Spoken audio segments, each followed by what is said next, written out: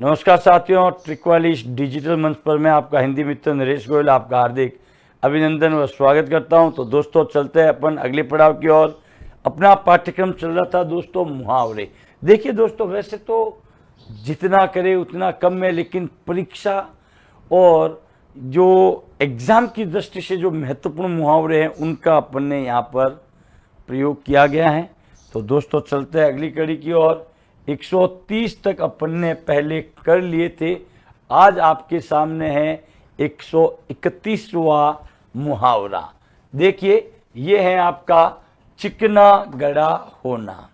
बहुत ही प्यारा कहूँगा मैं मुहावरा है ये।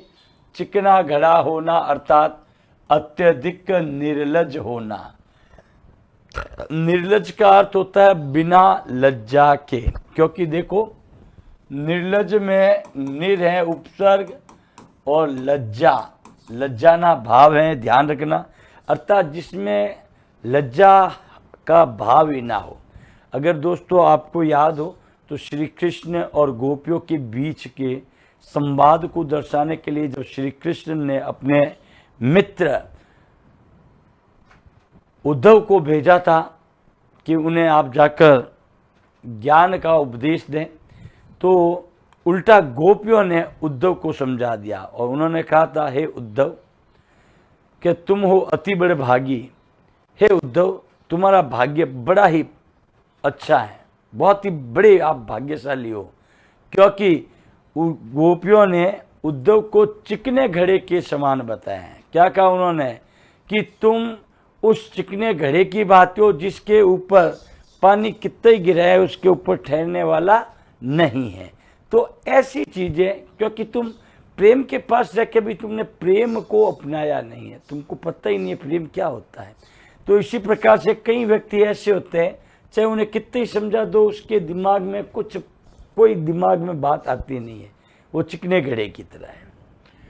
चुल्लू भर पानी में डूब मरना अर्थात बहुत शर्मिंदा होना। कई बार अपने यहाँ मतलब भाग्य तो क्या कहूँ, देखिए कुछ कार्य ऐसे होते हैं जो बार बार करने के उपरांत भी आपके नहीं होते हैं, तो घर वाले कहते हैं कि तू चुल्लू भर पानी में डूबकर मर जा। ठीक है ना। चेहरे पर हवैया उड़ना यानी कि घबरा जाना। देखिए दोस्तों, आज सुबह ही ये जानकारी लोगों के सामने आई कि भारत ने आतंकवादियों के ठिकानों पर मिसाइलें दाग दी। क्या दाग दी? मिसाइलें दाग दी। जैसे ये बात पाकिस्तान वालियों को पता चला तो उनकी तो चेहरे पर हवाइयाँ उड़नी शुरू हो गई, अर्थात घबरा जाना। यानी कि दोस्तों मतलब जो पुलगांव के ऊपर जो निर्दोष व्यक्तियों की जो मतलब ये समझ लीजिए कि मारा गया था, ये बहुत ही शर्मनाक घटना थी। ये छिछोरी हरकतें कहूँगा आतंकवादियों की, और उन्होंने इस प्रकार लोगों को पूछ कर मारा दोस्तों। उसका आज सुबह मतलब ये समझ तड़के 3 बजे उन्होंने ये प्रोग्राम शुरू कर दिया। 9 मिसाइलें दागी और दोस्तों मतलब चारों तरफ उनके चेहरे से क्या उड़ने लगी? हवाएं उड़ने लगी। चोरी का माल मोरी में, ध्यान रखना। अगर गलत तरीके से कमाया धन बुरे कामों में खर्च होता है, इसलिए कहते हैं चोरी का माल मोरी में। क्योंकि दोस्तों अगर आप चोरी करके कुछ पैसे कमाते हो, धन कमाते हो, तो वो पैसा आपका टिकने वाला नहीं है, वो पैसा कहीं और अनावश्यक रूप से आपका खर्च होगा। तब कहते हैं कि चोरी का माल मोरी में। अगला देखिए दोस्तों, अगला पॉइंट है हमारा चोली दामन का साथ होना, जिसको हम कह सकते हैं घनिष्ठ संबंध होना। इतना घनिष्ठ, बहुत क्लोज जिससे अपन कह सकते हैं। क्योंकि दोस्तों जैसे अगर मैं बात करूं कि एक वस्तु का दूसरे वस्तु के साथ संबंध अलग अलग प्रकार से दर्शाया जाता है, लेकिन अगर एक के बिना दूसरा अधूरा रह जाए तो उसको कहते हैं दोस्तों चोली दामन का साथ। जैसे अगर मैं कहूँ कि एक शिक्षार्थी और उसकी कलम, उसकी पुस्तक, उनके साथ उसका चोली दामन का साथ है, दोनों एक दूसरे के बिना क्या रहेंगे, अधूरे रहेंगे। तो घनिष्ठ संबंध होना।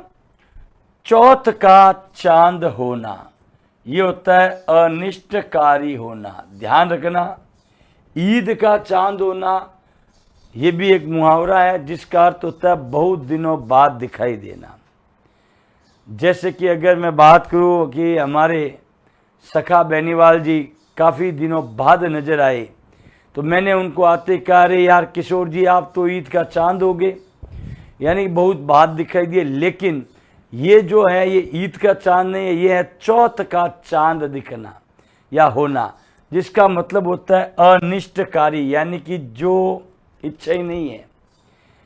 मतलब ये समझ लीजिए, अनिष्ट का मतलब होता है अन्न धन इष्ट। क्या होता है? अन्न धन इष्ट। जिसका इष्ट ही नहीं है वो कार्य हो जाता है, तब कहते हैं चौथ का चांद होना। तो ये देख लीजिए, पाकिस्तानियों के लिए तो चौथ का चांद ही हुआ, उन्होंने सोचा ही नहीं था कि इस प्रकार का हमला भी होगा। देखिए, छक्के छुड़ाना। छक्के छुड़ाने का मतलब है बुरी तरह पराजित होना। बुरी तरह पराजित होना, मैं हट जाता हूं ताकि आपको ये पूरा दिख सके। तो देखो दोस्तों, हमारी सेना ने, भारतीय सेना ने दुश्मन सेना के छक्के छुड़ा दिए। क्या छुड़ा दिए?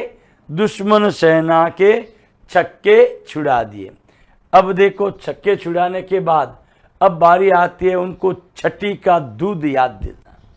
क्या है? छठी का दूध याद आना, अर्थात बड़ी मुसीबत में फंसना। अब तो वो खुद पछता रहा होगा कि मैंने किस शेर के मुंह में हाथ डाल दिया। उसको छठी का दूध याद आने लगा है। अब वो इतनी भयंकर मुसीबत में फंस गया जिसकी उसने कल्पना तक नहीं की थी। ये ध्यान रखना। एक तो बार बार रिपोर्टों के अंदर वैसे ही बताया जा रहा है कि खुद इतना कर्ज में डूबा हुआ है, फिर भी देखो अपना फन उठा रहा है। लेकिन दोस्तों, अब भारत आज का भारत है, उसने उसको छठी का दूध याद दिला दिया है। अगला देखो, छाती पर बाल होना। छाती पर बाल होने का अर्थ होता है साहसी होना। क्या होना? साहसी। आज तो दोस्तों जितने एग्जाम्पल दूं ये दुश्मन सेना के ऊपर ही होगा, ये ध्यान रखना। अगला देखो, छाती पर पत्थर रखना, अर्थात चुपचाप सहन करना। अब पाकिस्तान का हाल वही है जो छाती पर पत्थर रखना है, उसको केवल चुपचाप सहन ही करना पड़ेगा और कुछ नहीं है। भारी गलती कर दी उसने। और देख लीजिए, एक अपन ने कहा था आस्तीन का सांप होना, याद हो तो, यानी कि धोखेबाजी करना। तो ये कार्य, मतलब मित्रता रहकर अगर आप इस प्रकार का कार्य करोगे तो आपके साथ ये तो होना स्वाभाविक ही है। अब देखिए दोस्तों, आगे बढ़ता हूं मैं अगले पड़ाव की ओर। ये लीजिए, अगला पड़ाव आपके सामने है। यहां पर है छाती पर मूंग दलना, यानी पास रहकर बहुत परेशान करना। जब महादेव वर्मा का हम संस्मरण की बात करते हैं, उसका नाम है भक्तिन। जब भक्तिन के पति की मृत्यु हो गई तो भक्तिन के जेठुते, जेठ जेठानियों को आशा बंधी कि भक्तिन अब दूसरा घर कर लेगी और सारी संपत्ति हमारे पास पुनः वापस आ जाएगी, जो बंटवारे के वक्त इन्हें मिली थी। लेकिन भक्तिन जो जन्म से ही खोटी थी, उसने अपना सिर मुंडवा कर कभी ना जाने का फैसला कर लिया और कहा कि मैं कहीं नहीं जाऊंगी, मैं तो तुम्हारी छाती पर बैठकर मूंग दलूंगी, अर्थात तुम्हारे पास ही रहूंगी और तुम्हें इस संपत्ति का सूत लेस मात्र भी तुम्हें जमीन नहीं दूंगी। तो देखिए दोस्तों, छाती पर मूंग दलना अर्थात बहुत पास रहकर बहुत परेशान करना। आगे बढ़ता है दोस्तों, छाती पर सांप लौटना अर्थात ईर्ष्या से जलना। वंशीधर की नौकरी नमक के दारोगा के पद पर क्या लगी? पड़ोसियों की छाती पर तो सांप लौटने लगे। क्योंकि दोस्तों ये भी चैप्टर प्रेमचंद का है जिसका नाम है नमक का दारोगा। नमक का दारोगा के अंतर्गत बताया जाता है कि जो इस नमक विभाग के अंदर जो दारोगा के पद होता है दोस्तों, क्योंकि इस पद के ऊपर रहकर ऊपरी इनकम बहुत ज़्यादा होती है, क्योंकि उस समय नमक का व्यापार गैर कानूनी था, कोई भी नमक का व्यापार नहीं करेगा क्योंकि ईश्वर प्रदत्त वस्तु थी ये। तो ऐसी स्थिति में एक प्रतिष्ठित व्यक्ति दातागंज के जो अलोपी दीन थे, पंडित अलोपी दीन, वो रंगे हाथों गिरफ्तार हुए थे वंशीधर के। तो ध्यान रखना उस समय उन्होंने मतलब 1000 से लेके 40,000 तक देने की बात की। उन्हें विश्वास था, लक्ष्मी पर अखंड विश्वास था। लेकिन दोस्तों ये बताया गया था कि जब वंशीधर की नौकरी नमक के दारोगा के पद पर लगी तो पड़ोसियों को, देनदारों को पता चल गया कि अब तो ये परिवार आर्थिक स्थिति से मजबूत हो जाएगा, क्योंकि इस विभाग में ऊपरी इनकम बहुत है। इस कारण वो क्या करने लगे, उनसे ईर्ष्या करने लगी उनको। और जब ईर्ष्या होती है तो ये पॉइंट बनता है हमारा कि छाती पर सांप लौटना। अगला देखो दोस्तों, छाती फूलना, इधर प्रसन्न होना। नेचुरल बात है, नमक के विभाग में दारोगा का पद का समाचार सुनकर वृद्ध मुंशी जी का छाती फूल गई। वृद्ध मुंशी जी की छाती फूल गई, वाक्य प्रयोग हो गया, क्योंकि अपने पुत्र को इस प्रकार के विभाग में एक अच्छा पद मिलने पर उन्हें बड़ी ही प्रसन्नता हुई। अगला देखो दोस्तों, जहर उगलना, यानी कि कड़वी बात कहना। क्योंकि देख सकते हो कि जो ईर्ष्या करते हैं वो हमेशा अपने प्रति जहर ही उगलता है, क्योंकि उन्हें पता है कि हम वहाँ तक पहुँच तो नहीं सकते। दोस्तों हमेशा ध्यान रखना, अगर कोई आपकी निंदा कर रहा है तो ये आपके लिए एक शुभ संकेत है, ये भी ध्यान रखना। यानी कि आपके अंदर या वो काबिलियत है कि आपके अनुपस्थिति में भी लोग आपके बारे में जहर उगलने का कार्य कर रहे हैं, यानी कि कड़वी बात का। जहर उगलने का काम हमेशा सामने अपन को देखने को मिल ही जाता है। चलो दोस्तों, जयचंद होना, ये याद हो, देशद्रोही होना। वैसे आपको याद होगा जयचंद होना, अपने जब संज्ञा का पाठ किया था तो मैंने बताया था कि किस प्रकार से व्यक्तिवाचक संज्ञा जातिवाचक संज्ञा के रूप में प्रयुक्त होती है। याद हो, उसमें मैंने एक एग्जाम्पल भी दिया था कि देश में जयचंदों की कमी नहीं है। अब देखो, देश में जयचंदों की कमी नहीं है। पहली बात तो जयचंदों ये आपका एक बहुवचन है, और बहुवचन संज्ञा ध्यान रखना हमेशा जातिवाचक संज्ञा का ही बोध कराती है। और यहाँ अगर हम ध्यान से देखें तो जयचंदों का तात्पर्य धोखेबाज देशद्रोही से होता है, इसलिए कहा कि जयचंद होना अर्थात देशद्रोही होना। अगला देखो दोस्तों, जान हथेली पर रखना। जान हथेली पर रखना, जिसका अर्थ होता है दोस्तों खतरनाक कार्य करना। क्या होगा? खतरनाक कार्य करना या फिर मृत्यु की चिंता न करना। देखिए दोस्तों, हमारी जो भारतीय सेना है, जो सरहदों पर हमारी सीमा की रक्षा कर रहे हैं दोस्तों, वो हर समय अपनी जान हथेली पर रख कर ही कदम बढ़ा रहे हैं, क्योंकि दोस्तों सरहद पर ना जाने कौन सी मुसीबत, कौन सी शत्रु सेना किस रूप में हमारे सामने आ जाए, हम कुछ भी नहीं कह सकते हैं। ऐसी स्थिति में कहते हैं कि जान हथेली पर रखना, अर्थात खतरनाक कार्य करना। ये भी हम कह सकते हैं कि मृत्यु की चिंता ना करना। कई बार परिस्थितियों में दोस्तों हमारे सामने आता है कि जो हमारी सेना के द्वारा, जो मैं ये कह दूं कि एक विजयी घोष कहूँगा मैं, क्या कहूँगा, विजयी घोष। तो दोस्तों इस विजयी घोष को प्राप्त करने के लिए अपनी जान हथेली पर रखकर चलना पड़ता है, तब कहीं जाकर ये विजयी प्राप्त होती है। अब देखो, जान में जान आना अर्थात राहत पाना। आप देख सकते हो, इससे पहले अपने ये भी देखा, ये देखो ये सारी घटनाएं अगर देखी जाए ना तो अपने इस जीवन काल में अपन को देखने को मिल रही हैं, ये ध्यान रखना। जैसे कि 2020-21 का जो समय मैं लूँ दोस्तों, बहुत ही चिंताजनक, जिसने अपन को, हर व्यक्ति को कम से कम 5 साल पीछे खिसका दिया। कितने साल? 5 साल कम से कम। क्योंकि दोस्तों कोरोना का ऐसा समय था जिसमें आपको कुछ भी करना है नहीं, घर पे बैठे रहना है, समय निकालना भी बहुत भारी हो गया था दोस्तों। ऐसी स्थिति में जब वैक्सीन आई, वैक्सीन हुई और उसके बाद में जब लोगों ने ये राहत ली कि अब कोरोना से डरने की आवश्यकता नहीं है, तब कहीं जाके लोगों के जान में जान आई। और उसके बाद देख लीजिए, अपने ये भी देखा है कि किस प्रकार से रूस और यूक्रेन के बीच जो युद्ध का माहौल था। तो दोस्तों जब ये युद्ध कभी अब इस क्षेत्र में युद्ध थम गया है, तो वहाँ के लोगों ने क्या ली? जान में जान आई। अब देखिए दोस्तों, अगला पॉइंट होता है जाल बिछाना।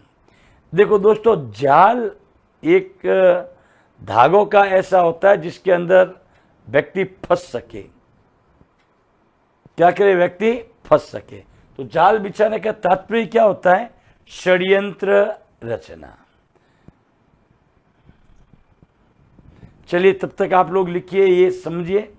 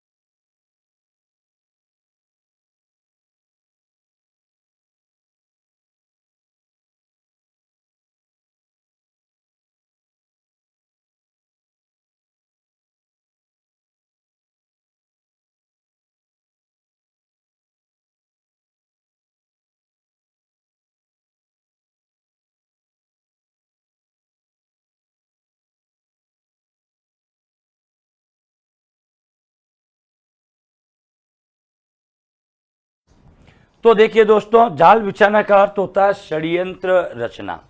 तो अपन ये देख सकते हैं कि चाहे लोग कितना ही जाल बिछा दे, कितना भी षड्यंत्र कर ले, हम उसके लिए तैयार हैं। तो अगला आता है दोस्तों जक मारना। जक मारना का अर्थ होता है व्यर्थ, जक मारने का अर्थ है व्यर्थ समय नष्ट करना। कहते हैं कि भाई मैं परीक्षा की तैयारी कर रहा हूँ, रूम लेके रह रहा हूँ, लेकिन दोस्तों जब रिजल्ट आता है और खुदा ना खास्ता उसमें सिलेक्शन नहीं होता है तो व्यक्ति लोग हमारे लिए क्या कहेंगे, अरे वहाँ जाके तूने किया क्या, खाली जक मारने के लिए गया था क्या वहाँ पर, अर्थात व्यर्थ समय नष्ट किया तूने वहाँ जाकर, इससे अच्छा यहीं रहता, यहीं अध्ययन करता, कम से कम आंखों के सामने तो रहता। अब देखो झूठ के पांव कहाँ, प्रश्नवाचक चिन्ह है, क्योंकि ध्यान रखना झूठ लंबे समय तक नहीं चलता। ध्यान रखना, रमेश ने बार बार कहा कि लखनऊ में मेरा अच्छा खासा बिजनेस चल रहा है, लेकिन दोस्तों वास्तविकता कुछ और ही थी। जब लोगों को इस विषय पर पता चला कि इसका किसी भी प्रकार का लखनऊ में बिजनेस नहीं है, तब लोगों ने कहा कि झूठ के पांव कहाँ है। तो दोस्तों आगे बढ़ते हैं अपन इसी कड़ी के अंतर्गत। अगला जो हमारा स्लाइड आती है वो है हमारी स्लाइड ये वाली, ये देखिए। अगला जो पॉइंट है वो है दोस्तों टक्के सा जवाब देना। क्या देना, टक्के सा जवाब देना। इसका अर्थ है दोस्तों साफ इनकार करना, एकदम स्पष्ट। जैसे कि मोहन ने सोहन से उसकी कार मांगी कि भैया थोड़ा काम है, लेकिन उसने टके सा जवाब देकर उसका दिल तोड़ दिया, अर्थात उसने कार देने से साफ इनकार कर दिया, चाहे कुछ भी हो भाई मैं अपनी कार तुम्हें नहीं दूंगा। टके सा जवाब, किसी से किसी प्रकार की वस्तु की मांग की कि भैया हमारे पास नहीं है अभी, आपके पास है आप दे दीजिए, आते हम वापस लौटा देंगे, लेकिन उसने भी टके सा जवाब दे दिया, भाई ना तो ना उद्धव का लेना ना माधव का देना। तो ऐसी स्थिति में जो टक्के सा जवाब देना होता है, इसका अर्थ ही होता है साफ इनकार करना। अब देखिए अगला पॉइंट आता है कि टपक पड़ना, अर्थात अचानक आ जाना।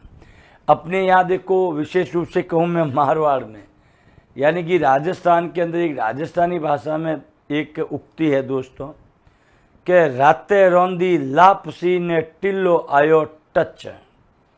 ठीक है ना, यानी कि लापसी की खुशबू सुनकर अचानक वो सामने आ जाता है, तो उसको कहते हैं कि टपक पड़ना, तो अचानक आ जाना। अगला पॉइंट देखिए दोस्तों, टांग अड़ाना, व्यर्थ में दखल देना।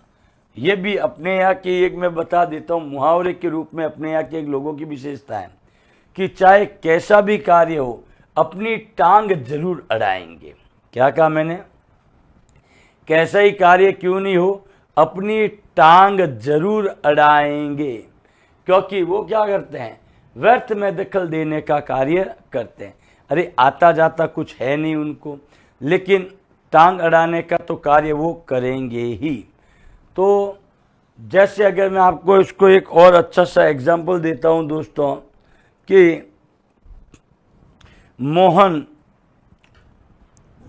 मोहन की फैक्ट्री है और मोहन अपने उस फैक्ट्री के अंदर बहुत ही अच्छे से चला रहा है, लेकिन दोस्तों जब मोहन की उन्नति होती है ये देख के पड़ोसियों के छाती पर सांप लौटने लगते हैं, और ऐसी स्थिति में ऐसे कई लोग होंगे, ऐसे उसके कई पड़ोसी होंगे जो उसकी टांग अड़ाने का कार्य करेंगे। अब बढ़ता है दोस्तों अगली तरफ, टूह पड़ना। क्या है, टूह पड़ना अर्थात भयंकर हमला करना। अगर सामने वाली सेना रह रहकर परेशान कर रही है दोस्तों, तो एक बार उसके ऊपर टूट पड़ जाओ। टूट पड़ने का मतलब ही होता है कि भयंकर हमला करना, एक के बाद एक। अगर हम चलते रहे दोस्तों कि धमाके के ऊपर धमाके के ऊपर धमाके जिस प्रकार से चलते रहेंगे, वही होता है टूट पड़ना, अर्थात भयंकर हमला करना। अब देखो टेढ़ी उंगली से घी निकालना। देखो, जब काम हेतु कठोरता करना ये भी जरूरी है, क्योंकि अब देख लीजिए, जैसे कि मैं शिक्षा की बात करूं तो ये कहा जाता है दोस्तों कि भय बिना प्रीत नहीं गोपाला, क्योंकि अगर प्रीत रखनी है तो थोड़ा डर भी होना जरूरी है। तो दोस्तों ठीक उसी प्रकार अगर कोई कठोरता वाला काम है, किसी काम हेतु कठोरता करना, सख्त होना, इसलिए कहते हैं कि जब घी सीधी अंगुली से ना निकले तो अंगुली को क्या करना चाहिए, टेढ़ी करना, अर्थात टेढ़ी अंगुली से घी निकालना। आगे बढ़ता हूं दोस्तों, अगला है आपका टेढ़ी खीर होना। क्या होना, टेढ़ी खीर होना, अर्थात कठिन कार्य होना। अब अगर अपन देखें दोस्तों कि जब अगर हम बात करें तो दोस्तों वर्तमान समय में, अब अपने राज्य राजस्थान की बात कर रहे हैं दोस्तों, कि वर्तमान समय में राजस्थान के अंदर किसी भी भर्ती को पारदर्शिता कराना ये एक टेढ़ी खीर जैसा हो गया है। किसी भी भर्ती की पारदर्शिता होना, आप देख लीजिए 2021 एसआई की भर्ती को, उसके बाद 2022 जो फर्स्ट ग्रेड की भर्ती थी वो भी खटाई में पड़ रही है दोस्तों। यानी कि पारदर्शिता तो रही नहीं है, बिल्कुल एग्जाम करवाना टेढ़ी खीर हो गया है। राजस्थान के अंदर चाहे कौन सा भी, चाहे आरपीसी हो अब तो, चाहे अधीनस्थ बोर्ड हो, यानी कि कोई भी प्रतियोगी परीक्षा करवाना उनके लिए टेढ़ी खीर है, क्योंकि कई बार तो पेपर का रद्द हो जाना, पेपर का एग्जाम से पहले ही बच्चों के पास पहुंच जाना, ये कई कारण हैं। इसलिए कहते हैं कि यार एग्जाम क्या कराए, एग्जाम कराना तो खुद अपने आप में एक टेढ़ी खीर है। अगला आता है देखो दोस्तों, टोपी उछालना। क्या उछालना, टोपी उछालना, अर्थात अपमानित करना। कई बार अपन देख सकते हैं दोस्तों कि एक व्यक्ति ने दूसरे व्यक्ति की टोपी उछाली। जैसे उदाहरण तौर पे अगर हम पुरानी बातें कहें तो पहले समय में होता था कि वर पक्ष और वधु पक्ष, वर पक्ष वधु पक्ष से डिमांड करता था, हमें ये चाहिए, हमें वो चाहिए। ये वंस अपॉन ए टाइम की बात कर रहा हूँ, ये ध्यान रखना। वैसे कई ऐसे उदाहरण आपको भारतीय फिल्मों के अंतर्गत, यानी कि मूवीज़ के अंदर भी आपको पुरानी मूवीज़ के अंदर देखने को मिल जाते था।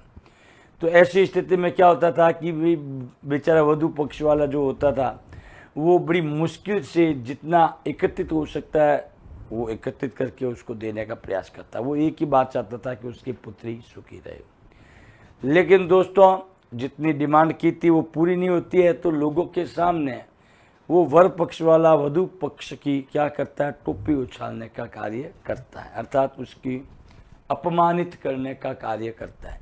ये पहले होता था लेकिन अब नहीं, क्योंकि दोस्तों हिंदी में अपने अपवाद पाए जाते हैं।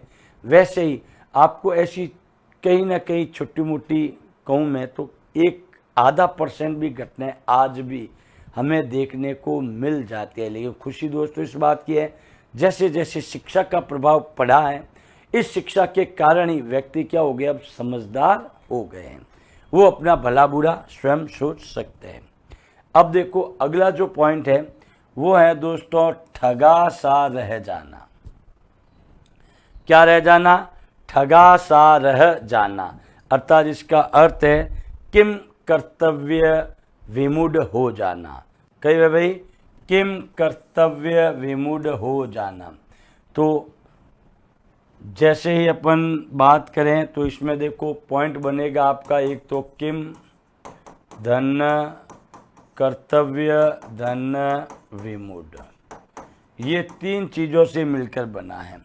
देखिए दोस्तों कि उस व्यक्ति की जिससे तलाश थी उसको अचानक सामने देखकर व्यक्ति ठगा सा रह गया। ठोकरे खाते फिरना, अर्थात इधर उधर भटकना। दोस्तों बार बार आप देख लीजिए, अब वर्तमान में चाहे छोटी भर्ती हो चाहे बड़ी भर्ती हो, अब फॉर्म हजारों में नहीं भरे जाते हैं दोस्तों, लाखों में भरे जाते हैं। और ये 15 लाख 20 लाख 25 लाख ये एक नॉर्मल हो गया है।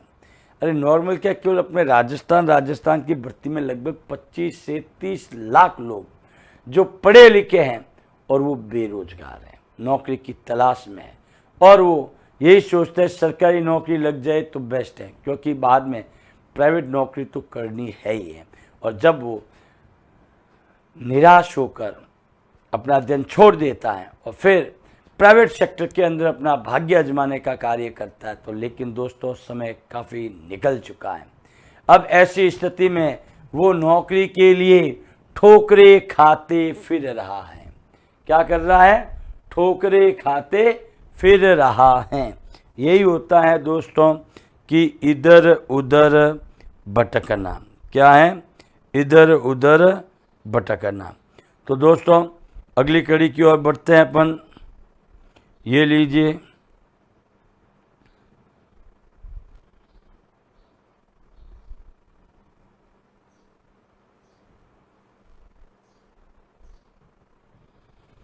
तो अगला है दोस्तों डंके की चोटी।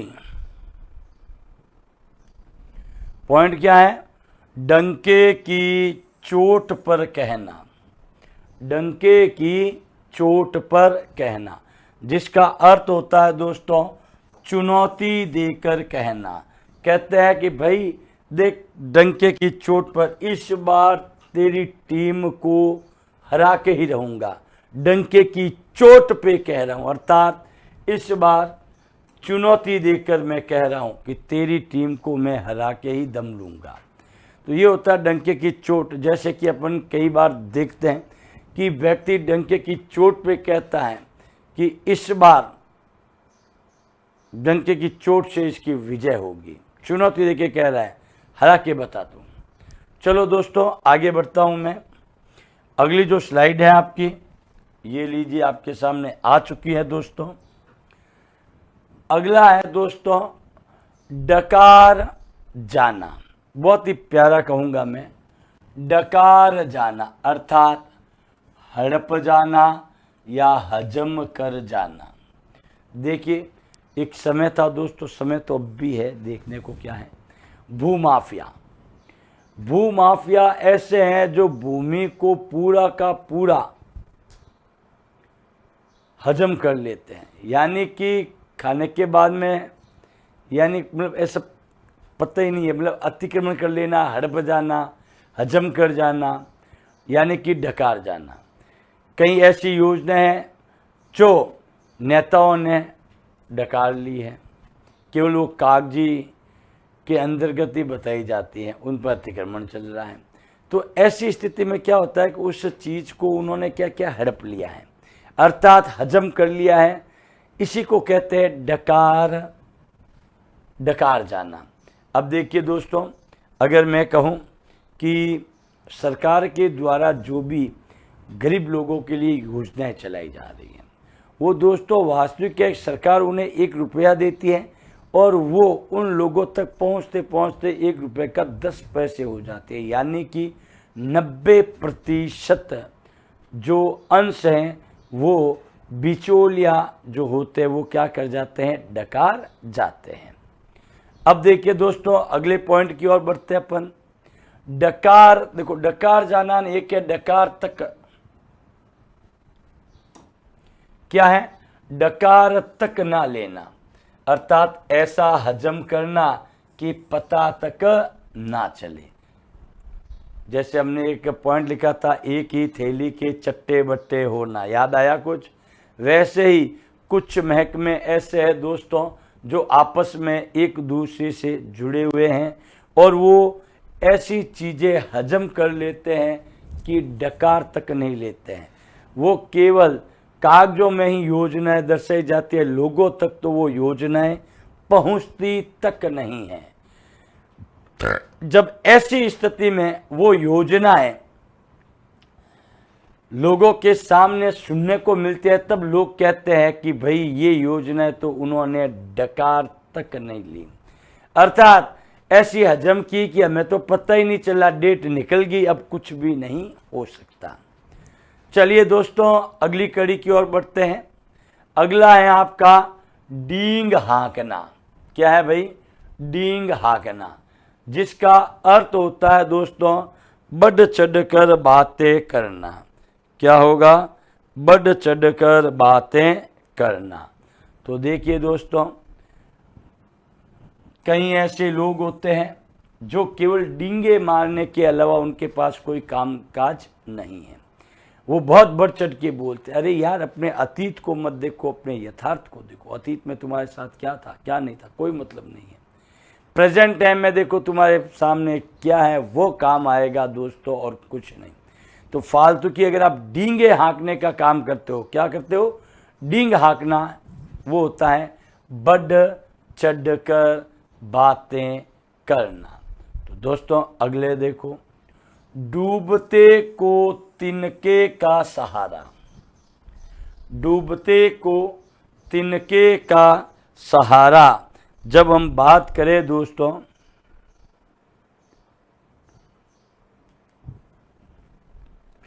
डूबते को तिनके का सहारा, जिसका अर्थ होता है दोस्तों कि मुसीबत में थोड़ी सहायता भी, देखो मुसीबत में थोड़ी सहायता भी लाभप्रद होती है। इसलिए कहते हैं डूबते को तिनके का सहारा। जब बंशीधर को अपने पुत्र की पढ़ाई के लिए सभी जगह से मनाही मिल चुकी थी, उस समय उनके ही बिरादरी के एक युवक ने उसे अपने साथ रखने के लिए कहा। तो ऐसी स्थिति में देखो, उनके लिए तो डूबते को तिनके का सहारा भी है, क्योंकि मुसीबत के समय अगर थोड़ी सहायता भी मिलती है तो वो उसके लिए क्या होती है? लाभप्रद होती है।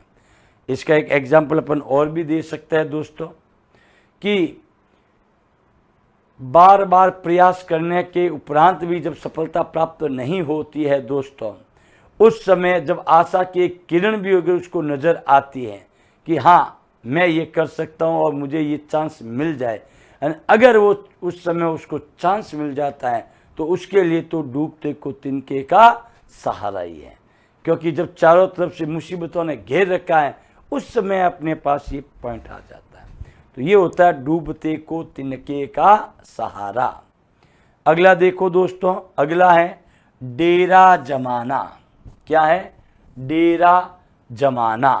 देखो डेरा जमाने का मतलब होता है दोस्तों,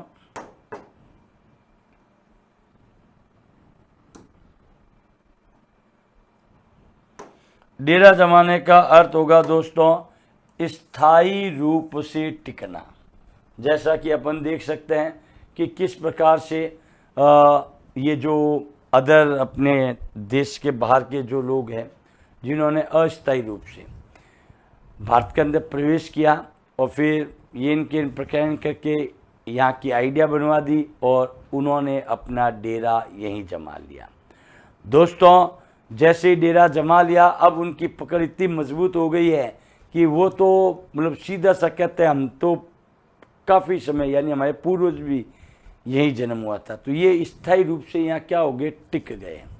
दूसरा देखिए, अगर मैं कहूँ कि सरहद पर हलचल देखकर, सरहद पर हलचल देखकर सेना ने अपना डेरा वहीं जमा लिया, अर्थात सेना वहाँ स्थायी रूप से टिक गई, क्योंकि चाहे कैसी भी परिस्थिति हो हम उसके लिए क्या हैं? तैयार हैं। क्या हैं? तैयार हैं। तो ऐसी स्थिति को ही क्या कहा जाता है? कि डेरा जमाना। अगला देखो दोस्तों, आता है ढोल पीटना। ढोल पीटने का मतलब है सबसे कहते फिरना या फिर प्रचार करना। क्योंकि दोस्तों इसका तो उदाहरण हमें अपने आसपास भी देखने को मिल जाता है। क्योंकि कई ऐसे लोग होते हैं, देखो अच्छी बातें तो वो बहुत कम करेंगे कि भाई फलाने के ये कार्य हुआ भी अच्छा है, भगवान उसको उन्नति दे, उसके उज्जवल भविष्य की कामना करे, लेकिन नहीं, उसकी बात को वो पूरे क्षेत्र में ढोल पीटने जैसा कार्य करेगा, अर्थात सबको कहता फिरेगा।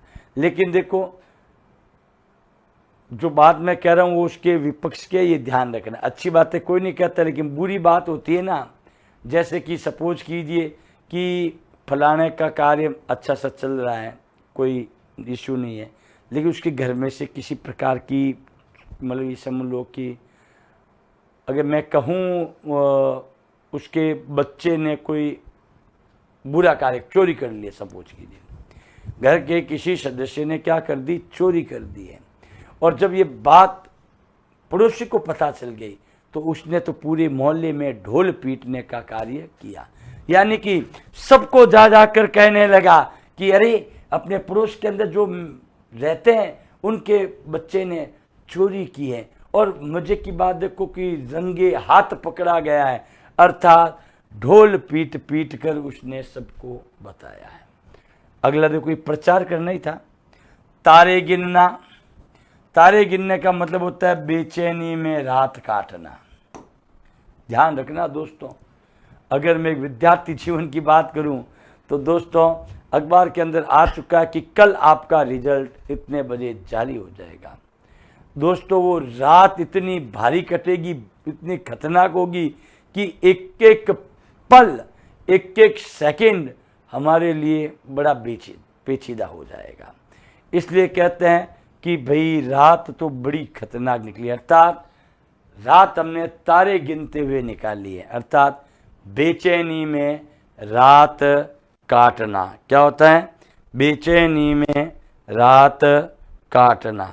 नेक्स्ट देखिए दोस्तों, तीतर बीतर हो जाना। तीतर बीतर का मतलब होता है दोस्तों अलग अलग बिखर कर भाग जाना।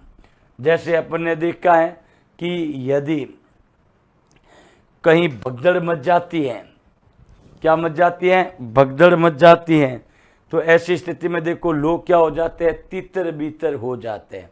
क्योंकि दोस्तों जाहिर सी बात है कि जैसे अगर मैं बात करूं अपने जोधपुर में एक बार ऐसी घटना घटित हो गई थी दोस्तों, किले के अंतर्गत, कि एक दूसरे के ऊपर पड़ गए थे लोग, कोई इधर भाग रहा है, कोई इधर भाग रहा है। तो ऐसी स्थिति में हमने क्या उसका आंसर दिया कि लोग क्या हो गए? तीतर बीतर हो गए। यानी कि अलग अलग बिखर कर भाग जाने का जो काम होता है उसी के लिए होता है तीतर बीतर हो जाना। अगला पॉइंट देखो, अगला पॉइंट आता है तिल का ताड़ बनाना।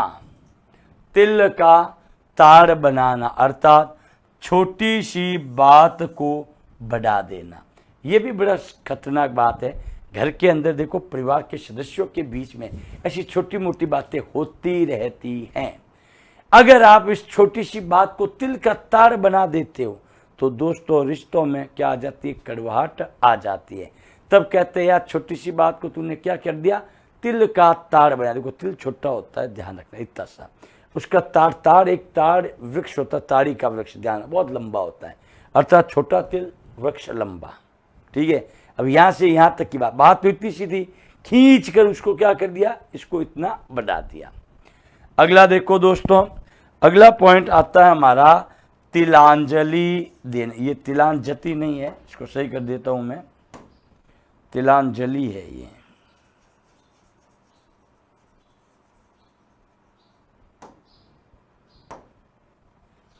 तिलांजलि, हाँ जी दोस्तों, ये देखिए तिलांजलि देने का अर्थ होता है दोस्तों त्याग देना। क्या करना? त्याग देना। दोस्तों कहते हैं ना, देखो तिलांजलि होती है तिल धन अंजलि। तिल बिल्कुल छोटा, अंजलि यानी कि ये देना, त्याग देना।